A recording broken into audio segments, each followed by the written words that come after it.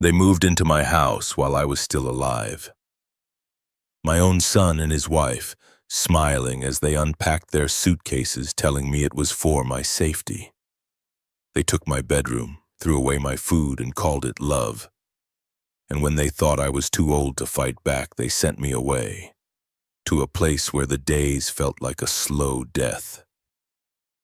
But what they didn't know was that I still had one weapon left.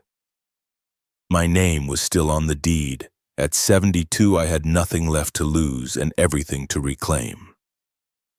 Let me tell you how I took my home, my freedom, and my life back from the people who thought I was too weak to stop them. My name is Harvey Granger. I'm 72 years old, and I spent 40 years working as a postal supervisor in Boston before I retired to Bayview Haven, Maine.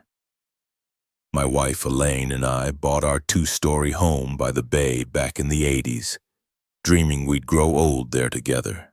But cancer took her 5 years ago, and I got used to the quiet. One morning that quiet ended.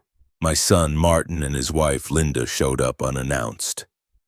They said it was just a visit, but they brought 6 suitcases and took over my kitchen like they owned the place. They called it helping, but they started throwing out my groceries, telling me I shouldn't eat junk at my age. They moved their things into my master bedroom, saying it was safer for me to stay downstairs. They told me it was for my safety and for my health. But it didn't feel like care.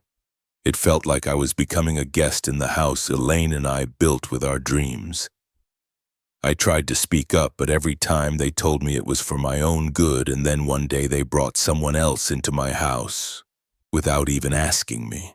That someone else was Linda's parents, Ed and Marlene. They moved in like they belonged, bringing boxes of their things, talking about how lovely the view was and how peaceful the house felt.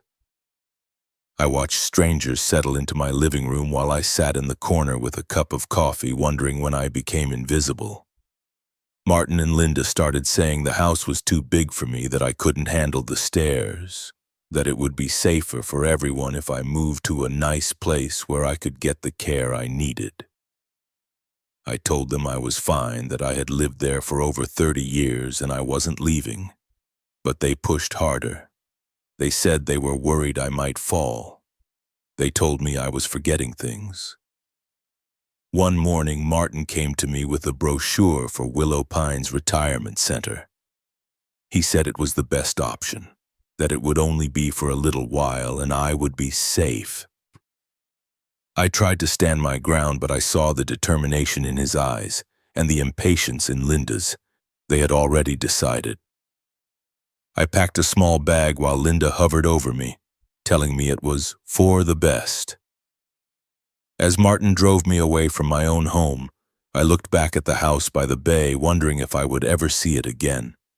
But I didn't know then that a single conversation would change everything.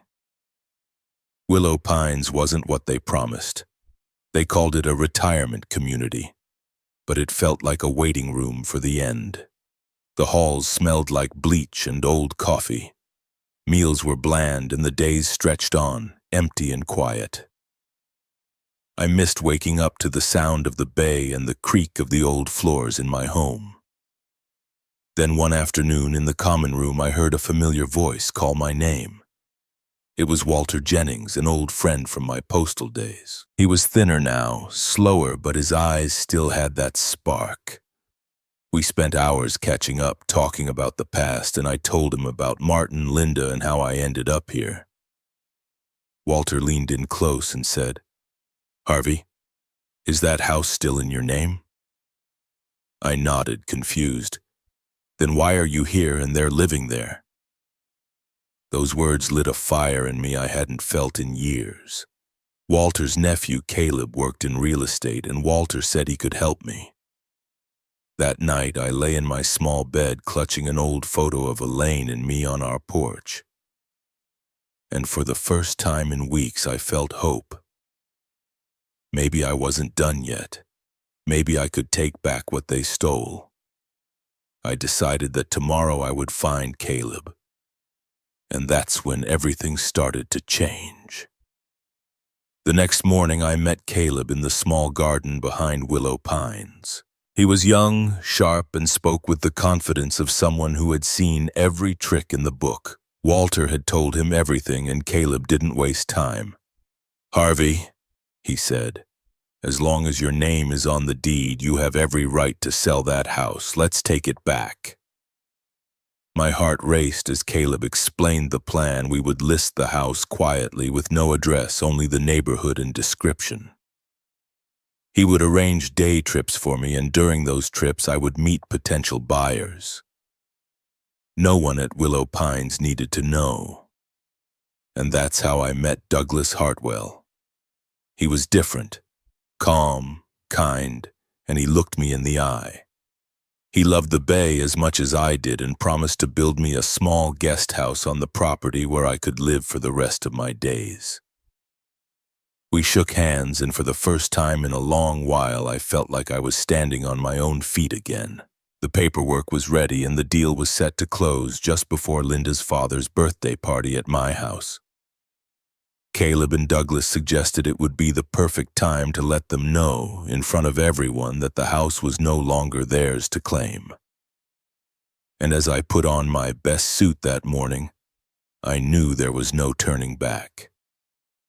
I arrived at the house just before the party wearing my best suit. With Douglas and Caleb by my side, the living room was filled with balloons, laughter, and the smell of catered food. Linda was bustling around with plates, and Martin was pouring drinks for the guests. When they saw me, the room fell silent. "Dad?" Martin stammered. "What are you doing here?" I looked him in the eye. "I'm here because this is still my house." Douglas stepped forward. "Mr. Granger has sold the property to me. The deal was finalized yesterday."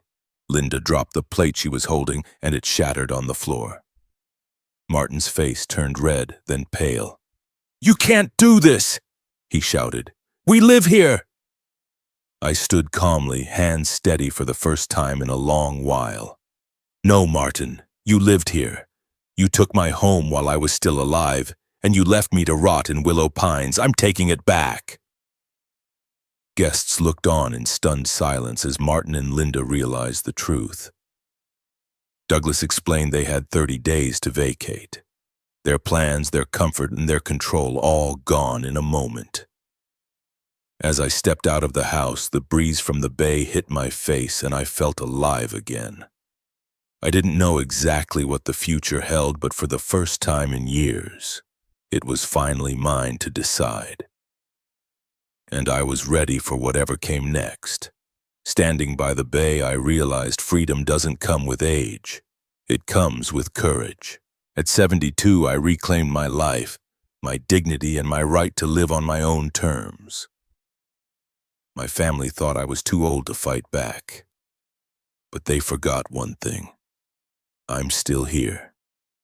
If you've ever felt pushed aside, remember, it's never too late to take back your story. Tell me, have you ever had to stand up for yourself when no one believed you could? Leave your story in the comments, and don't forget to subscribe for more.